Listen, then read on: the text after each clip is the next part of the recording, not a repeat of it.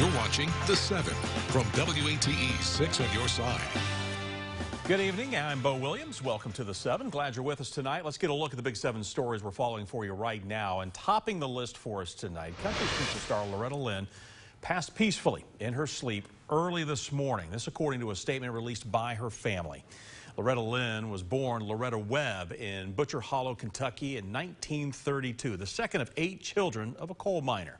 Later turning her life in the poor Appalachian community into a 1970 #1 song, Coal Miner's Daughter, a best-selling autobiography and an Oscar-winning movie. Her song and book covered her childhood and marriage to Oliver Lynn at only 15. By age 16, she had the first of her 6 children. While her husband was abusive and cheated on her, she called him the love of her life. If he hit me once, I hit him twice. He knew it, too. But after 50 years of this, why didn't you just divorce him? I loved him. Her husband bought her first guitar and inspired songs like You Ain't Woman Enough to Take My Man. They were married for almost 50 years until his death. During her over 6-decade career, Lynn wrote over 160 songs. Lynn stopped touring in 2017 after she suffered a stroke, but she didn't stop releasing new music, doing all her most recent recordings at a studio at her Tennessee estate. Well, next on the Big 7, Loretta's legacy, while full of rough pieces, changed the outlook of how Southern Appalachia was viewed. Coal Miner's Daughter debuted 1 year after the Museum of Appalachia opened here in Tennessee in 1969. We spoke with the museum's president, Elaine Meyer, about Loretta's depiction of this area and how things changed.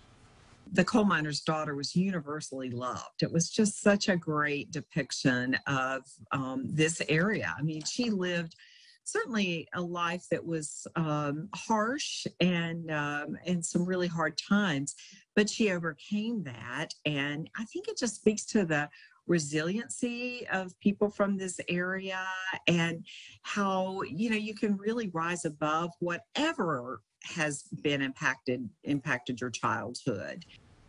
Lynn's honesty and unique place in country music was rewarded. She was the first woman named Entertainer of the Year at the genre's 2 major award shows, first by the Country Music Association in 1972 and then by the Academy of Country Music 3 years later. East Tennessee's own Dolly Parton posted a tribute on social media calling Loretta Lynn her sister. She said, in part, she was a wonderful human being, wonderful talent, had millions of fans, and I am one of them. And Governor Bill Lee sharing his sorrow after hearing of her passing, tweeting, quote, Maria and I are saddened to hear of the passing of Loretta Lynn, a country music icon, Tennessee treasure, and dear friend.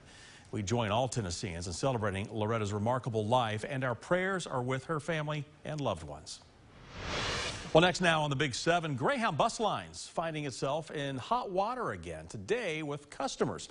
This is a story that we've been following for months now. As we reported previously, the company moved drop-off and pickup locations back in April to a gas station. Just last night, though, the location apparently changed again. Customers are calling this a real issue, telling us that both times they were never told about the change. Ada Catron was waiting on her bus at North Cherry Street right next to the Marathon gas station. Her ticket showed the bus was scheduled to leave at 10:30 last night. Now, she said she got a text from the company saying the bus was running late. We sat there until 2 o'clock, no bus. Then I called Greyhound. They said, well, I'm sorry, but we give you another ticket. And said that the bus bypassed. I asked them why. They couldn't give me direct answer. Now, she was given a new ticket with the same pickup location, but over the phone they told her the new pickup location is at 6th Avenue Market and Deli on North 6th Avenue. She called the location just to double check. They told her they just started at that location the previous night. Ada says that she never got a text or email about the location change, and again, her new ticket still says North Cherry Street. I feel like that they scammed because there was other passengers out there waiting, just like I was, and they want no money back. We reached out to Greyhound. They sent us a statement confirming the new location and stating, quote, we are excited to have identified a new location that will provide restrooms, seating, and security for our customers, end quote. Next on our list for you, 2 people are now facing charges of attempted first-degree murder following a shooting along the interstate. This happened in West Knoxville. Police arrested Malik Brown and Claudia Ruiz in connection to this incident. We're told the shooting stemmed from an incident at the Waffle House along Paper Mill. Now, the victim telling police they witnessed Brown and Ruiz get into an altercation with a Knox County Sheriff's officer that was working security at the Waffle House. Now, the 2 were then kicked out of the restaurant and left in a red Dodge Challenger. After the victims left, we're told the vehicle pulled up beside them along the interstate and Ruiz fired multiple shots out the window. One of those shots hitting Kayla Klein in the thigh. Officers later were able to track down the vehicle and took both Brown and Ruiz into custody. Next on the 7, we continue following the story of the large group of University of Tennessee students camping out on the street for a chance to live in a downtown apartment. Now, leasing at the Standard officially opened today at noon. 2 groups were quickly ushered in. Behind them was a line of students that stretched down 17th Street and around the corner, spilling onto White Avenue. Those students crossing their fingers that by the time they reached the front steps, there would still be room for them. Now, those who were not close to the front of the line were already forming their backup plan or lack thereof. We just don't really have anywhere else to live next year. Our backup plan's Aspen. I don't know, I might be homeless. Might not have anywhere to live, and that really wouldn't be great, but I'll look at other apartment complexes, maybe like a Fort House. We'll see. WAT reached out to the University of Tennessee. We were told the school plans to hold an off-campus housing fair later this month. To see the full statement, just go to WATE.com. Continuing our Big 7 coverage for you, a Tennessee governor has issued a Hispanic Heritage Month proclamation for the first time since 2014. Governor Bill Lee began his proclamation by saying, quote, Hispanic and Latino Americans are an integral part of the history of Tennessee and the United States. He went on to reference some of Tennessee's Spanish speakers and people of Spanish descent, including Admiral David Glasgow Farragut. The town of Farragut is named for the Civil War admiral who served in the U.S. Navy. Historical records say Admiral Farragut first saw action during the War of 1812, but he is perhaps most famous for his victory in the Battle of Mobile Bay in 1864.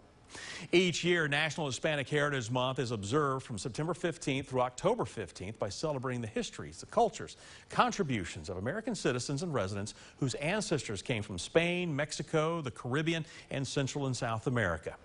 And here at WAT, we are continuing to mark Hispanic Heritage Month, so be sure to join us Thursday, October 13th at 3:30 for a special celebrating the cultures and contributions of Hispanic people who call East Tennessee home. Again, it's coming up for you on October 13th at 3:30 right here on WATE 6 on your side.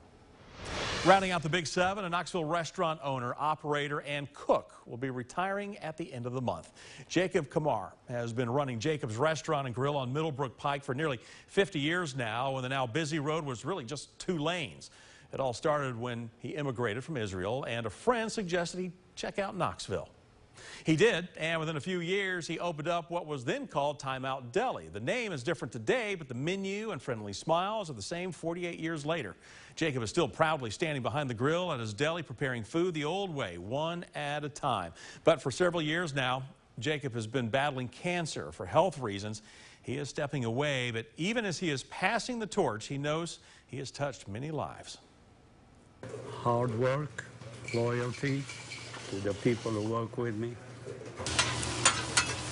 and buying quality food. Quality food sells. Recognition, talking to them, and being here every single day, you build that relationship with the customers.